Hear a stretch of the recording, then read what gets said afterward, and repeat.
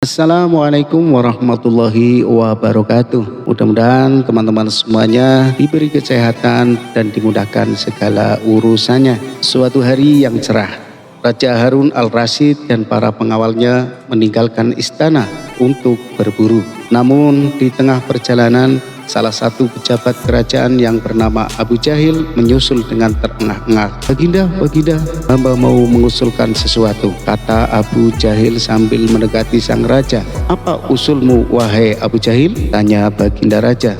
Agar acara berburu ini lebih menarik dan disaksikan banyak penduduk, bagaimana kalau kita sayembarakan saja, ujar Abu Jahil dengan raut wajah serius. Baginda raja terdiam sejenak dan mengangguk-angguk. Hamba ingin beradu ketangkasan dengan Abu Nawas, dan nanti pemenangnya akan mendapatkan sepundi uang emas. Tapi kalau kalah, hukumannya adalah dengan memandikan kuda-kuda istana selama 1 bulan. Tutur Abu Jahil meyakinkan baginda raja. Akhirnya sang raja menyetujui usulan Abu Jahil tersebut. Hitung-hitung sayembara itu akan memberikan hiburan kepadanya. Maka dipanggil Abu Nawas untuk menghadap kepadanya. Abu Nawas pun segera menghadap Raja Harun. Ia diberi petunjuk panjang lebar oleh baginda raja. Pada awalnya Abu Nawas menolak sayembara tersebut karena ia tahu bahwa semua ini adalah akal licik dari Abu Jahil yang ingin menyingkirkannya dari istana. Tapi baginda Raja Harun memaksa dan Abu Nawas tidak bisa menolak. Abu Nawas berpikir sejenak. Ia tahu kalau Abu Jahil sekarang diangkat menjadi pejabat istana, ia pasti mengerahkan semua anak buahnya untuk menyumbang seekor binatang buruannya di hutan nanti. Namun karena kecerdikannya Abu Nawas tersenyum riang, Abu Jahil yang melihat perubahan raut muka Abu Nawas menjadi penasaran.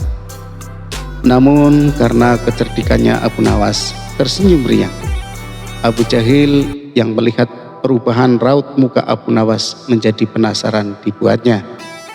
Mana mungkin Abu Nawas bisa mengalahkan dirinya kali ini, pikir Abu Jahil dalam hati. Akhirnya baginda menggiring mereka ke tengah alun-alun istana. Raja dan seluruh rakyat menunggu siapa yang akan menjadi pemenang dalam lomba berburu. Trompet tanda mulai adu ketangkasan pun telah ditiup. Abu Jahil segera memacu kudanya secepat kilat menuju hutan belantara. Anehnya Abu Nawas justru sebaliknya. Dia dengan santainya menaiki kudanya sehingga para penonton banyak yang berteriak. Menjelang sore hari, nampaknya kuda Abu Jahil memasuki pintu gerbang istana. Ia pun mendapat sambutan meriah dan tepuk tangan dari rakyat yang menyaksikannya. Di sisi kanan dan kiri kuda Abu Jahil tampak puluhan hewan yang mati terpanah. Abu Jahil dengan senyum bangga memperlihatkan semua binatang buruannya di tengah lapangan. Aku, Abu Jahil, berhak memenangkan lomba ini. Lihat binatang buruanku, banyak, mana mungkin Abu Nawas mengalahkanku, teriaknya lantang yang membuat para penonton semakin ramai bertepuk tangan. Tidak beberapa lama kemudian terdengar suara kaki kuda Abu Nawas. Semua orang mentertawakan dan meneriakinya karena Abu Nawas tak membawa satupun binatang buruan di kudanya. Tapi Abu Nawas tidak tampak gusar sama sekali.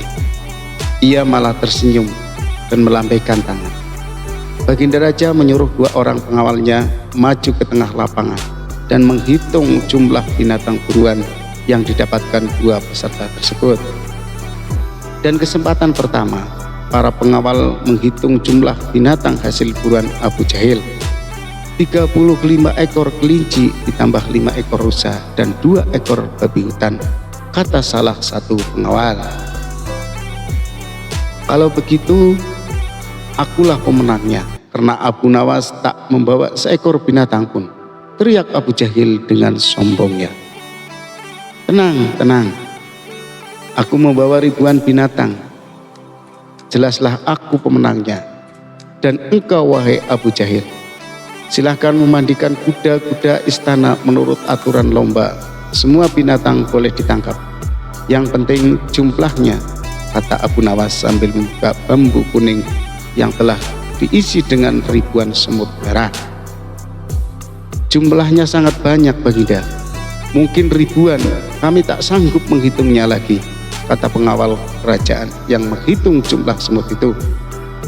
Melihat kenyataan itu, Abu Jahil tiba-tiba saja jatuh pingsan. Baginda Raja tertawa, terpingkal-pingkal dan langsung memberi hadiah kepada Abu Nawas. Kecerdikan dan ketulusan hati pasti bisa mengalahkan kelicikan. Mudah-mudahan bermanfaat, dan apabila ada kesalahan dalam cerita ini mohon maaf yang sebesar-besarnya. Assalamualaikum warahmatullahi wabarakatuh.